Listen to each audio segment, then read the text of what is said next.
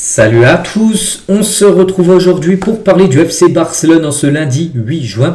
C'est parti les gars, on commence tout d'abord avec la future saison. Bon, ok, pas maintenant, mais elle approche comme cette future saison les gars. Donc la troisième pré-saison de Hansi Flick avec le Barça commencera bien le lundi 13 juillet prochain. Ça sera le lendemain de la finale de la Coupe du Monde. Donc la finale aura lieu le dimanche 12 juillet prochain, donc le lendemain, donc lundi 13 les gars. Ça sera le retour à l'entraînement pour les joueurs du FC Barcelone. Les joueurs n'auront pas été appelés bien sûr pour jouer la Coupe du Monde, parce que s'il y en a qui a joué la finale la veille, il ne va pas être disponible pour l'entraînement le lendemain bien sûr. Il reviendra un peu plus tard, donc avec la Coupe du Monde encore en cours, l'entraîneur aura très peu de joueurs de l'équipe première disponibles au début. Cela ouvrira la porte à plusieurs talents de la Masia pour saisir leur chance lors des premières semaines, vu qu'il faudra comme un groupe, tu ne vas pas faire entraînement avec 4 joueurs, donc c'est pour ça qu'il va intégrer beaucoup de joueurs de la Masia avec, dans le groupe pro pour faire un entraînement bien sûr correct. Donc Hansi Flick souhaite un plan physique plus individualisé pour la pré-saison cet été, parce que la Coupe du Monde ramènera bien sûr les joueurs par vagues différentes, parce que c'est vrai que des joueurs qui seront éliminés dès les phases de poule, eux reviendront, donc ça prend le 13 peut-être, ils reviendront aux alentours du 20, du 20 juillet. Et ceux qui vont très loin, eux reviendront beaucoup plus tard, bien évidemment. Donc voilà. Donc le Barça prépare des plans d'entraînement spécifiques pour chaque cas. Voilà. Donc l'équipe se rendra ensuite en Angleterre pour un stage d'entraînement du 27 juillet au 3 août prochain, où il y aura des matchs amicaux au programme, bien sûr, pour le FC Barcelone. Et le Barça entamera, comme je dis, la pré-saison avec environ 20-25 joueurs. Donc des jeunes, comme on peut voir les noms, comme Hamza Abdelkarim, qui joue la Coupe du Monde en plus avec l'Égypte, devrait être impliqué, avec d'autres joueurs de l'académie également prêts à les rejoindre. Donc Flick veut utiliser le début de la pré-saison comme un véritable casting pour la Masia, parce que là ce sera le moment vraiment d'étudier vraiment ces jeunes joueurs qui voient très rarement, parce que les jeunes de la Masia ils jouent son équipe B, son équipe C, tout ça. Donc là il va les tester à l'entraînement pour la reprise, puis vraiment s'il y en a qui sortent du lot, et ils resteront après avec l'équipe première pour la saison prochaine. Donc voilà, en gros on connaît déjà les dates, 13 juillet reprise, puis après ça va revenir petit à petit concernant les joueurs qui seront eux en Coupe du Monde. On continue avec un ancien entraîneur, Pep Guardiola. Donc actuellement on sait que vacances, des vacances méritées, il a entraîné 10 ans City, peut-être un jour il reviendra, je suis sûr qu'un jour il reviendra entraîner le Barça, mais en tout cas il a dit: moi je suis un grand fan de ce que fait Flick au Barça. Le Barça a fait 2 années extraordinaires, c'est un plaisir de les voir jouer. Donc la Ligue des Champions peut ruiner des projets, ce n'est pas ce qui détermine une saison. Il dit que c'est pas que le Barça a été éliminé en quart de finale cette saison de Ligue des Champions que c'était une mauvaise saison pour le Barça, non. Et il a dit que le Barça a quand même gagné la Liga, la Super Coupe d'Espagne, vraiment a fait de belles saisons. Après on sait que le Barça il manque quand même à ce palier de la Ligue des Champions pour franchir une étape. Parce que la Liga pour l'instant on sait que c'est 2 années d'affilée gagnées. Maintenant il faut aller chercher bien sûr cette Champions League. On continue, on va parler de Ronald Araujo. On se dit qu'est-ce qui se passe avec Araujo. N'oubliez pas qu'il y a la Coupe du Monde qui commence dans 3 jours, c'est jeudi. Et officiel ce matin, Ronald Araujo rentre à Barcelone pour un traitement concernant une gêne musculaire. Donc il est prévu qu'il reprenne l'entraînement avec l'Uruguay demain. Il repartira directement pour avoir reçu les soins du staff médical du Barça. Voilà, donc à quelques jours de la Coupe du Monde. Bon, après l'Uruguay commence un peu plus tard, parce que là par exemple il y a les premiers groupes qui commencent là, donc jeudi, vendredi ça, donc l'Uruguay commence peut-être leur premier match, ça sera début de semaine prochaine. Bon, en tout cas il revient rapidement là, à Barcelone là, ce matin, pour avoir des soins du staff médical du Barça, et après il retourne en sélection. Voilà, Ronald Araujo. Donc à ce jour, Araujo est incertain pour le premier match de la Coupe du Monde de l'Uruguay en raison d'un inconfort musculaire. Voilà, concernant la situation du défenseur du Barça. On va parler de Marc Cucurella, veut quitter Chelsea et il les en a déjà informés. Il a dit en gros qu'il souhaitait peut-être un nouveau chapitre dans sa carrière. Donc Chelsea l'évalue à 40 voire 50 millions d'euros et sa priorité de rejoindre Barcelone. Le Barça est intéressé mais ne le recruterait que si Alejandro Balde venait à quitter le club, parce qu'on sait que Balde, s'il reste, il n'y aura pas de Cucurella. Et à ce jour, Balde n'envisage pas de quitter le Barça malgré la perte de sa place de titulaire, parce qu'on se dit que maintenant le défenseur gauche est plutôt Cancelo. Après Cancelo, il faut aussi voir s'il restera ou pas, parce qu'il n'oublie pas qu'il appartient à Hilal, le club saoudien. Mais en tout cas, ça peut être vraiment les chaises musicales. S'il y en a un part, il peut être remplacé directement. Donc pour l'instant, lui souhaite rester, mais il n'a plus sa place de titulaire. Cancelo, on ne sait pas s'il va rester ou pas, tout dépend de l'accord avec Al Hilal. Et Cucurella, en gros, tout dépend si Balde restera ou pas.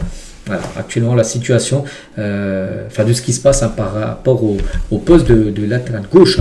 Par rapport à Alvarez, un joueur qu'on parle quasiment tous les jours les gars. Donc selon un sondage dans le journal Mundo Deportivo, la majorité des supporters du Barça souhaitent recruter Julián Alvarez la saison prochaine. Il y a eu un sondage qui a été fait, est-ce qu'il faut aller le chercher, oui ou non, même pour des sommes qui dépasseraient les 100 millions d'euros. Et en gros il y a eu plus de oui que de non pour oui, il faut le faire venir. peu importe le prix, enfin pas non plus mettre dans le rouge, payer une somme totalement folle, même si 100 millions d'euros c'est pour moi une somme folle. Mais voilà, en tout cas, oui, les supporters veulent Alvarez. Ils savent que c'est peut-être la pièce manquante pour aller, pour passer un cap. Voilà, en Champions League bien sûr.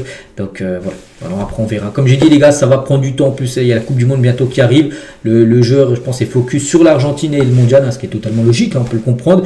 Donc si ça venait à se faire, je pense que ça se fera certainement après la Coupe du Monde. Après, est-ce qu'il y aura un accord pendant la Coupe du Monde avec le joueur et l'Atlético, tout ça qu'il faut aussi négocier avec eux, j'en sais rien, mais en tout cas, voilà, je pense que ça va prendre du temps.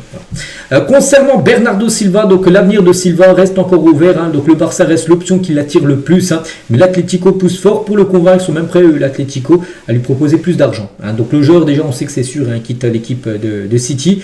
Donc ça va se jouer certainement entre l'Atlético et le Barça. Attention au Real aussi, parce que Mourinho va devenir là le nouveau coach du Real. Donc Mourinho, qu'il est portugais lui aussi, donc Mourinho, j'ai pu voir qu'il serait aussi intéressé peut-être par une arrivée de Bernardo. Voilà, donc ce sera un des 3 gros clubs espagnols qui pourraient rejoindre. Donc en tout cas le Barça, bien sûr, c'est peut-être l'option qui attire le plus. Voilà pour Bernardo Silva. On continue, tiens, on va parler un peu de la Coupe du Monde, bien sûr. Tiens, les Espagnols sont arrivés au Mexique. Tiens, on peut voir par exemple Pau Cubarsí, Eric Garcia, bien sûr. Toute la sélection est arrivée dans leur camp de base, qui sera au Mexique pour les Espagnols. Tiens, Frankie de Jong pendant l'entraînement, donc lui aussi, sa sélection, les Pays-Bas sont actuellement je crois, du côté des États-Unis. Donc voilà, petite photo de Frankie de Jong. Et tiens, on va parler aussi de Rafinha. Le week-end dernier, il y a eu des matchs. Par exemple, le Brésil s'est imposé 2-1 face à l'Égypte de Hamza Abdelkarim, genre du Barça B. Et en tout cas, Rafinha, il a joué. Il a même délivré une passe D. Il a joué 71 minutes de jeu, une passe D, 2 occasions créées. Vraiment un bon match de la part de Rafinha qui est prêt, bien sûr, pour la Coupe du Monde. Prochain match du Brésil. Il n'y a plus de match amicaux. Là, c'est match officiel. C'est samedi prochain. C'est face au Maroc. Ce sera la nuit de samedi à dimanche, minuit, Brésil-Maroc. Une magnifique rencontre. Les unes aujourd'hui, Sport et Mundo Deportivo, bien sûr. Je le montre tous les jours et ça parle surtout du côté du Real parce que les élections hier et Pérez a été réélu président du Real.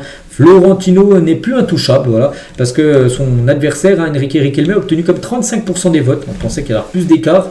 Et du coup 65 pour Pérez, bon, il a quand même été élu, mais soit 35 pour l'autre. Voilà, ça a été quand même plutôt serré. On pouvait s'attendre à plus d'écart, mais non. Et l'autre une à Mundo Deportivo.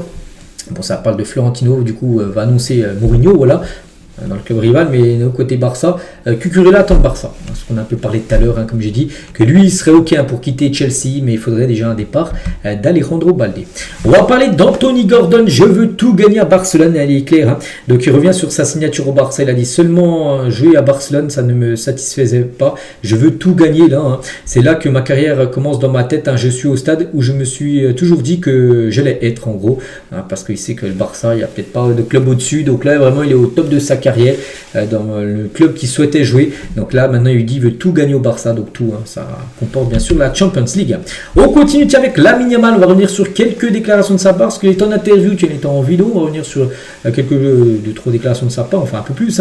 Si je gagne la Coupe du Monde, je laisserai pousser ma barbe pendant 3 semaines. C'est qu'à chaque fois il la rase direct, donc là il la laisserait pousser peut-être un peu comme moi. Et il donnera aussi 100 bits, donc 100 bits c'est des casques audio. On sait qu'il est partenaire avec la marque Bit, donc il ferait plaisir à des personnes. Il offrirait 100 casques audio si il venait à gagner la Coupe du Monde. Il a parlé de Dembélé, un ancien joueur mais qui remporte le Ballon d'Or. Il a dit, et pas lui, donc il a dit je vais être honnête, je pensais que j'allais le gagner ce jour-là, donc le jour des élections, par rapport au Ballon d'Or. Donc pour lui, quand il avait pris l'avion Barcelone direction Paris pour la cérémonie, pour lui gagner le Ballon d'Or. Il a dit à cause de certaines choses qui se sont passées ce jour-là, il avait entendu des choses qu'il allait gagner le Ballon d'Or.